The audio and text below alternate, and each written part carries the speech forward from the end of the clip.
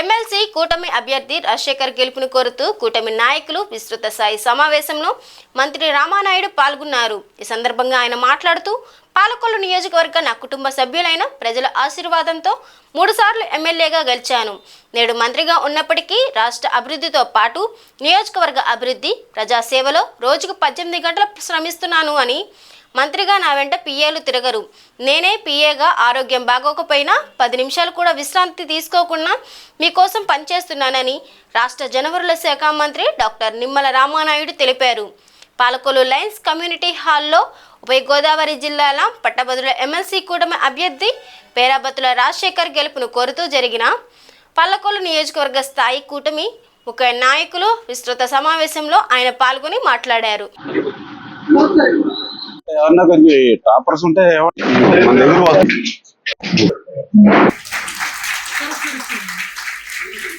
27వ తేదీన జరగబోయేటువంటి graduate MLC ఎన్నికల్లో పేరాబత్తుల రాజశేఖర్ గారికి ఆయన సీరియల్ నెంబర్ 1, ఆ 1వ సీరియల్ నెంబర్ లో ఆ పేరాబత్తుల రాజశేఖర్ గారికి మీ మొదటి ప్రాధాన్యత ఓటు 1ని వేసి గెలిపించాలని చెప్పి మిమ్మల్ని అందరినీ కూడా ఆ ఓట్లను రిక్వెస్ట్ చేయడానికి, అభ్యర్థించడానికి ఈరోజు మేము ముందుకు రావడం జరిగింది.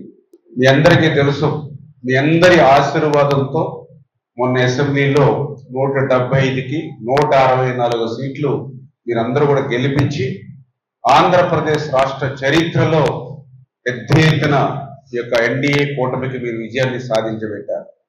గత 5 సంవత్సరాల నిరంకుశత్వ నియంతృత్వమైనటువంటి పాలన నుంచి, గత 5 సంవత్సరాల అరాచకమైనటువంటి పాలన నుంచి, గత 5 సంవత్సరాల కక్షలు, కేసులు, వేధింపులతో జరిగినటువంటి పాలన నుంచి మళ్ళీ మీరందరూ కూడా సంతోషంగా, ఆనందంగా భావితరాలు, భవిష్యత్తు తరాలు, తెలుగు జాతి మరి మంచి ఉన్నతమైనటువంటి స్థానానికి తీసుకెళ్లేటువంటి విధంగా మీ ఆశీర్వాదంతో ఈరోజు మేము పాలన సాగించవలసిన బాధ్యత మా అందరి మీద కూడా ఉన్నటువంటి పరిస్థితి.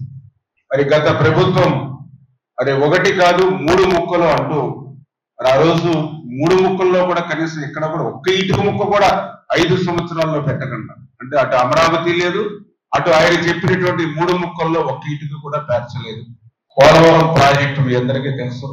మరి అటువంటి పోలవరం ప్రాజెక్టు గత 5 సంవత్సరాల పాలనలో విధ్వంసానికి గురైనటువంటి స్థితిలో మళ్ళీ ఈ రోజు మరి మొన్ననే 12,157 కోట్లు కేంద్రం సహకారంతో మరి ఈ యొక్క 8-9 నెలల్లోనే 5-6 సార్లు ముఖ్యమంత్రి గారు మరి కేంద్రానికి పోయి ఆ పోలవరానికి నిధులు తీసుకొచ్చి రేపు 2027కి అలా డిసెంబర్ కల్లా పోలవరాన్ని పూర్తి చేయాలని ఆలోచన. అదేవిధంగా ఈ రోజు ఎంతో మంది ఉద్యోగాలు కోరుతూ ఉన్నారు. ఇవాళ ప్రభుత్వ పరంగా అంతంత మాత్రంగానే ఉద్యోగ అవకాశాలు అనేటువంటి స్థితిలో మళ్ళీ మనందరికీ కూడా మంచి ఉద్యోగ ఉపాధి అవకాశాలు కావాలంటే ఖచ్చితంగా ఈ రాష్ట్రానికి పరిశ్రమలు కావాలి, పారిశ్రామికవేత్తలు రావాలి. మరి ఎంతో కష్టపడి ఆ రోజు 14-19లో చంద్రబాబు నాయుడు గారు ఒక్కొక్క ఇటుగా పేర్చుకుంటూ ఈ రాష్ట్రాన్ని తనే ఒక బ్రాండ్ అంబాసిడర్ గా ఉండి ఎంతో మంది పారిశ్రామికవేత్తలు ఈ రాష్ట్ర దేశం నుంచి, విదేశాల నుంచి ఆయన ఆహ్వానించి ఈ రాష్ట్రానికి తీసుకొస్తే మరి గత 5 సంవత్సరాల పాలనలో మీరందరూ చూశారు లోలు ఏ రకంగా ఈ రాష్ట్రం వదిలిపోయిందో, కియో ఎక్స్టెన్షన్ తమిళనాడుకి ఏ రకంగా పోయిందో, ఒక జాకీ, ఒక అమర్ రాజా ఇట్లా చెప్పుకుంటూ పోతే అన్ని కంపెనీలు అన్ని కూడా పొరుగు రాష్ట్రానికి పోయినటువంటి పరిస్థితి. ఇట్లా ఎన్నో మనం చూస్తూ ఉన్నాం. మరి ఈవేళ ఒక గుంతలు లేకుండా ఒక రోడ్లను ఇవ్వాలనేటువంటి ఆలోచనతో ఇవాళ R&B కానీ పంచాయతీరాజ్ కానీ పనిచేస్తున్నటువంటి విషయాన్ని కూడా మీరందరూ కూడా చూస్తున్నటువంటి పరిస్థితి.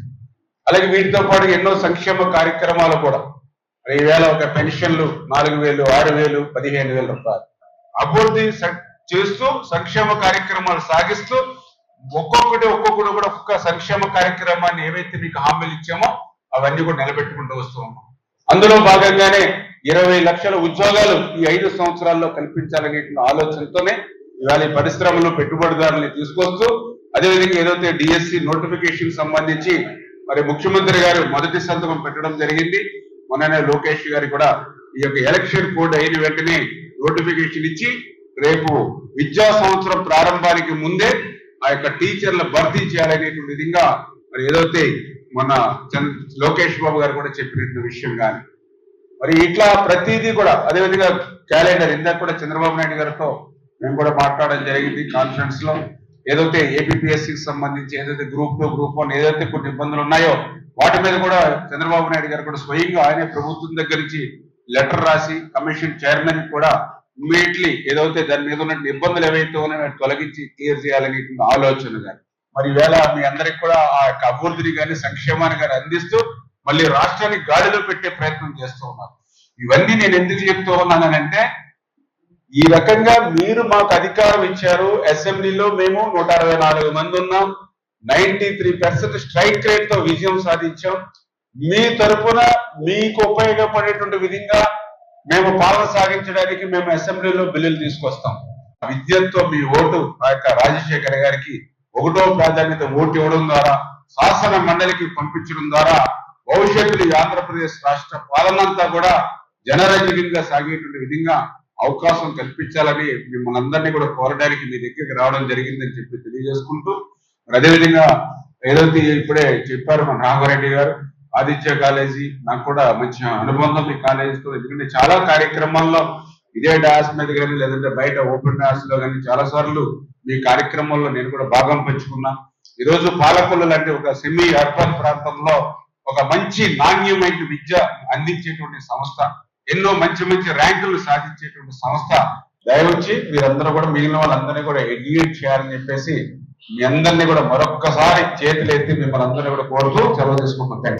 ఓకే, అంతా మీ పేరు నిలబెట్టేటువంటి విధంగా, మీకు మంచి పేరు తీసుకొచ్చే విధంగా, పాలకొల్లు అంటే మిమ్మల్ని కూడా ఎక్కడికి వెళ్ళినా గౌరవంగా చూసేటువంటి విధంగానే పనిచేస్తున్నాం. ఓకే అమ్మా. మహిళలు ఎక్కువ మంది ఉన్నారు.